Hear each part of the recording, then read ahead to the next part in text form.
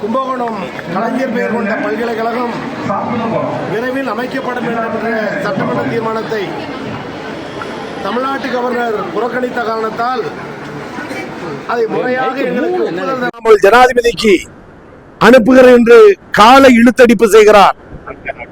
பாராளுமன்ற குழு விரைந்து குடியரசுத் தலைவர் சந்தித்து தமிழகத்தில் கவர்னரால் இணைக்கப்படுகிற அநீதியை நீதிமன்றத்தினுடைய உதவியை நாடி பெற்றதற்கு பிறகும் மனம் திருந்தாத நிலையில் இருக்கிற ஆளுநருடைய செயலை டெல்லியிலே திராவிட முன்னேற்ற கழக நாடாளுமன்ற உறுப்பினர்கள் முதலமைச்சருடைய வழிகாட்டுதலோடு விரைவில் சந்தித்து கோரிக்கை வைக்க இருக்கிறார்கள்.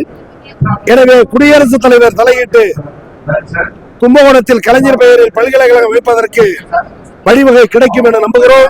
ஆனாலும் எல்லாவித போராட்டத்தையும் நடத்தி மாநில உரிமையை, உயர்கல்வி உரிமையை, பல்கலைக்கழக உரிமையை ஆளுநர் என்ற பெயரில் தமிழகத்தில் இடர்பாடு உருவாக்குகிற ஆர்.என். ரவியிடம் மீட்டெடுத்து உயர்கல்வியை, கல்வித்துறையை உயரத்தில் எடுத்துச் செல்கிற பெரும்பணியை முதலமைச்சர் மேற்கொண்டிருக்கிறார்.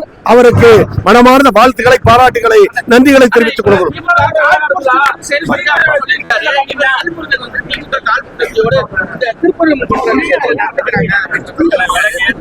சட்டத்திட்டத்தின் அடிப்படையில் என்னென்ன நெறிமுறைகள் இருந்ததோ அதை முதலமைச்சர் வலியுறுத்தி செயல்படுத்தினார். ஆட்சித்தலைவரும் காவல்துறையும் அதன்படியே கட்டுப்பட்டு செயல்படுத்தினார்கள். திராவிட மக்கள் ஆன்மீகத்தின் பெயரால், மதத்தின் பெயரால் ஒரு தீயை உருவாக்க நினைக்கிற முயற்சியை முறியடித்திருக்கிறார் தமிழ்நாடு முதலமைச்சர் அவர்கள். எனவே கார்த்திகை தீபமாக எரிய வேண்டிய அந்த தீபம் காவி தீபமாக மாறிவிடக் கூடாது என்பதில் தமிழக அரசு கவனமாக இருக்கிறது.